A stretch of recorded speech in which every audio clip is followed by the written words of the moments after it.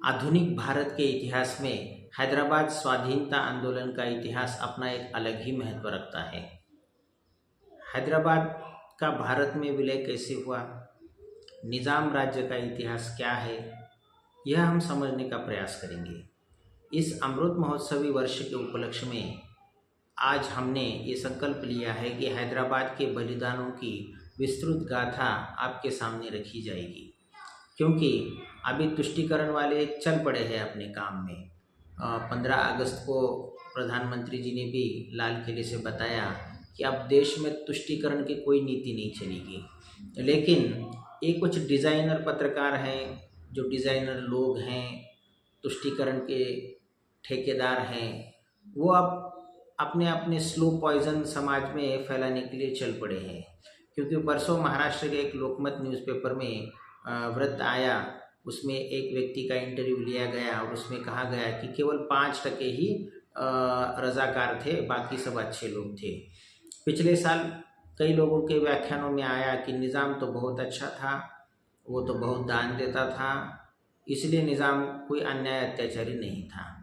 हम इस वीडियो श्रृंखला के माध्यम से आपको यह सिद्ध कर देंगे कि निज़ाम को भारत में अपने संस्थान में एक इस्लामिक राज्य कायम करना था। 1911 में सत्ता में आया हुआ निज़ाम मीर उस्मान अली खान इसकी पूरी योजना बना के चल रहा था। उसने सत्ता में आते ही महाराजा किशन प्रसाद को अपने पद से हटाया। उस समय उसने एक कविता लिख के प्रकाशित की थी। ध्यान दीजिए उस कविता की पंक्तियों पर। वो लिखता है, तू किशन प्रसाद है, तू किशन प्रसाद है, मैं खुदा पर शाद हूँ, दीन का उस्मान हूँ, कुफ्र का जल्लाद हूँ। यहाँ पर खुदा पर शाद हूँ, ये 3 शब्द अलग अलग है। इसका अर्थ होता है मैं खुदा पर प्रसन्न हूँ। उस्मान निज़ाम का नाम है। अरबी भाषा में उस्मान का अर्थ होता है अजगर, सांप या सांप का बच्चा आदि। तो वो कहता है कि तू किशन प्रसाद है, मैं खुदा पर शाद हूँ, दीन का उस्मान हूँ, कुफ्र का जल्लाद हूँ। निज़ाम अपनी इस कविता के माध्यम से बताना चाहता है कि वह कुफ्र का जल्लाद और अजगर बनकर बहुसंख्य हिंदुओं को मिटाने का मनोभाव को प्रकट करता है। उसकी एक कविता हैदराबाद सत्याग्रह के समय प्रकाशित हुई थी, उसकी 2 पंक्तियां भी देख लीजिए।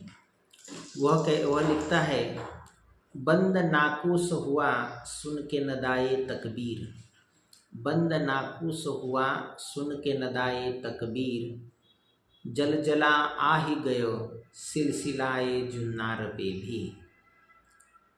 इसका अर्थ होता है मुसलमानों के जयकारे अल्लाह अकबर की ध्वनि सुनकर हिंदुओं के हृदय धड़कने लगे, और वो इस प्रकार से धड़कने लगे कि उनके गले में जो ये जो पवित्र, जिसे महाराष्ट्र में जानवी भी कहा जाता है, जो धारण किया हुआ था, वो थरथर काँपने लगा।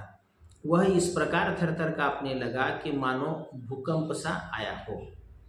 निज़ाम ने सत्ता में आते ही महकमा अमरे मजहबी नामक एक स्वतंत्र धर्म विभाग की स्थापना की थी। इसके द्वारा हिंदुओं पर प्रतिबंध लगाए जाने शुरू किए गए थे। इस राज्य में मजलिस इत्तेहादुल मुसलमीन और उसकी रजाकार संगठना के अन्याय अत्याचारों को हम देखेंगे तो हम ये किसी भी प्रकार नहीं कह सकते कि निज़ाम धर्मांध नहीं था। वह अन्याय अत्याचारी और इस्लामिक स्टेट कायम करने वाला एक शासक था। उसको राज्य में हिंदू महासभा, आर्य समाज और स्टेट कांग्रेस के प्रयासों से विफल किया गया।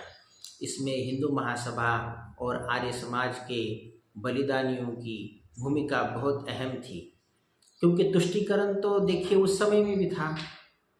महात्मा गांधी ने तो हैदराबाद सत्याग्रह के समय यहाँ तक कह दिया था कि आर्य समाज का सत्याग्रह यानी बेवक्त की शहनाई है। लेकिन घनश्याम सिंह गुप्त जी ने महात्मा गांधी से भेंट कर उन्हें हैदराबाद सत्याग्रह का यथोचित महत्व बताया, फिर भी वो मानने को तैयार नहीं थी। इस पर कुंवर सुखलाल जी ने मुंबई के चौपाटी में एक सभा हुई थी, उसमें कहा था ना दे शौक से साथ हमारा तो गांधी, मगर यह तो कह दे कि बुरा हो रहा है। निज़ाम मुस्लिम शासक था और महात्मा गांधी हैदराबाद के मुसलमानों को, देश भर के मुसलमानों को नाराज़ नहीं करना चाहते थे। इस तुष्टीकरण के चलते महात्मा गांधी ने भी हैदराबाद सत्याग्रह के ऊपर और निज़ाम के अन्य अत्याचारों के ऊपर कभी भी कोई टीका टिप्पणी नहीं की, और उन्होंने यह कभी नहीं कहा कि हैदराबाद में हिंदुओं पर धार्मिक जुल्म हो रहा है, उन्हें तबलीग द्वारा धर्मांतरित किया जा रहा है, हिंदुओं को स्कूल खोलने की अनुमति नहीं थी, व्यायामशाला खोलने की अनुमति नहीं थी, जेलों के माध्यम से शक्ति का धर्म परिवर्तन हो रहा था। इसमें कभी उनकी ओर से कोई बयान नहीं आया। उनके आग्रह पर हैदराबाद स्टेट कांग्रेस ने भी अपना सत्याग्रह बीच रास्ते में छोड़ दिया था।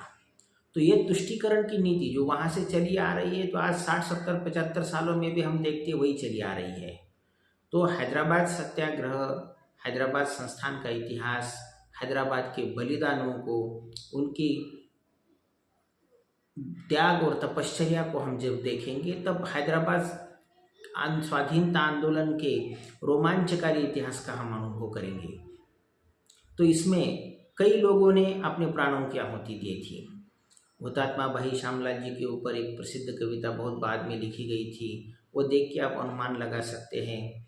उसमें कवि कहता है, जनहित जीवन सर्व बिताया, नवजीवन धर्म बचाया, सेवक सच्चा मातृभूमि का, वह सपूत था भोला जी का, कष्ट धैर्य दर सहे हर्ष से, शाम चल बसे कारागृह से, महातपस्वी बीदर जेल का, लाल था एक उदगीर का, लक्ष्य एक हो भीम श्याम सम, जीवन में सेवा का हरदम।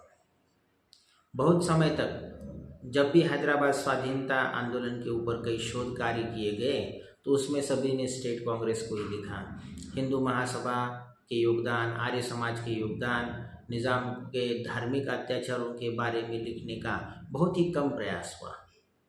तो आज भी हम हैदराबाद स्वाधीनता आंदोलन को जब समझने का प्रयास करेंगे तो इतिहास के दृष्टिकोण से निज़ाम के संदर्भ में जो हज़ारों डॉक्यूमेंट्स हमारे सामने उपलब्ध हैं, निज़ाम के आदेश हमारे सामने उपलब्ध है, उस स्टेट में जो केसेस चले उनका रिकॉर्ड हमारे सामने है, नेशनल आर्काइव्स के रिकॉर्ड हैं, हैदराबाद स्टेट आर्काइव्स के रिकॉर्ड है।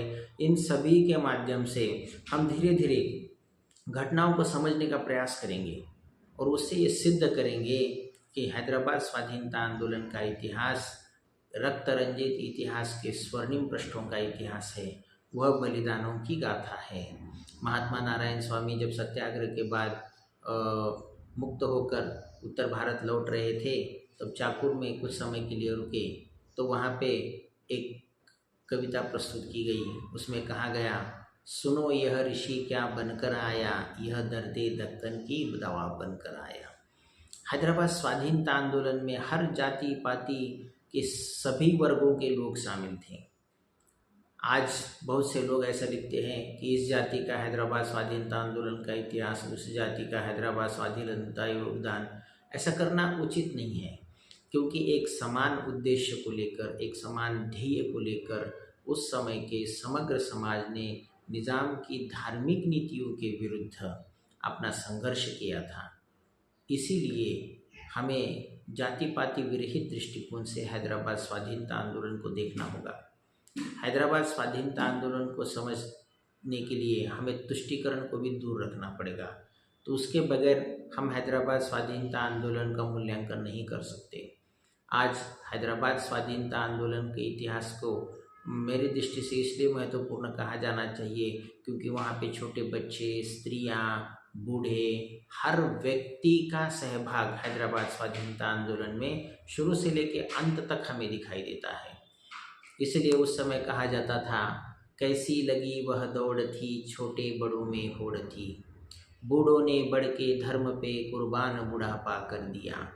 मतलब वह की कोई सीमा नहीं है, हर कोई अपने सहभाग से इस अन्यायी अत्याचारी शासक को उखाड़ फेंकने की मनोवृत्ति से इस हैदराबाद स्वाधीनता आंदोलन में कूद पड़ा था।